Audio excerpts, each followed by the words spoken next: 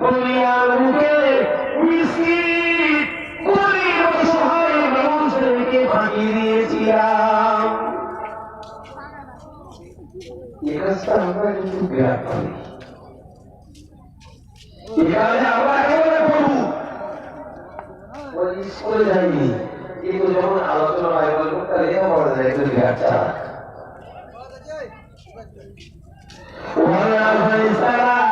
আমরা দুনিয়ার মুখে নামাজও পড়িনি, আমরা যত রকম আত্মসাৎ করেছি, এমনি এমনি সিনেমার ভক্ষণ করে নিয়েছি, আত্মসাৎ করেছি। এরপরে কখনো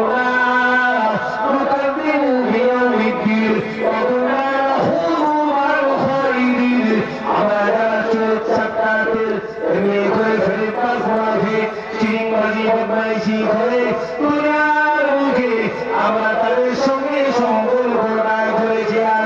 ওই লোকটা কথা বলে,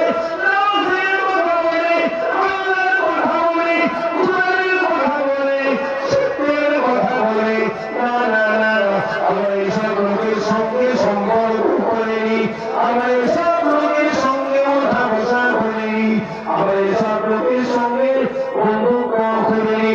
যারা দুনিয়ার মুখে চোর চিটিংবাজ মুনাফিকি করেছে, আল্লাহর সঙ্গে হারাহারি করেছে, আমরা দুনিয়ার মুখে তাদের তামান্না ভরে রেখেছিলাম, দুনিয়ায় তাদের পাল্লা ভারী ছিল, আমরা তাদের সঙ্গে সম্পর্ক গড়ায় রাখবে। আজ আমরা কঠিন জাহান্নামে পতিত হয়েছি।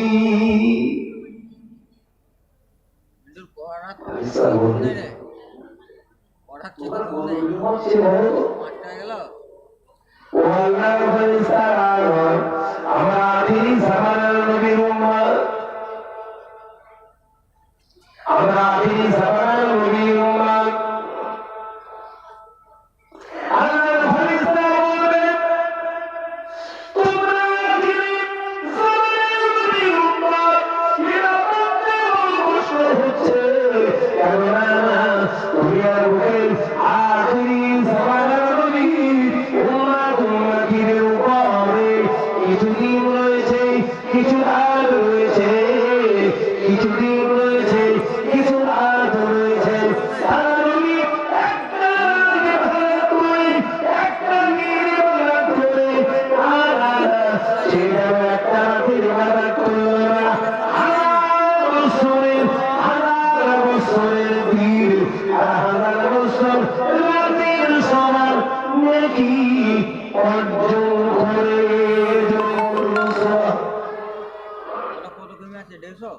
তোমরা যে আখিরি জামানার নবীর উম্মত,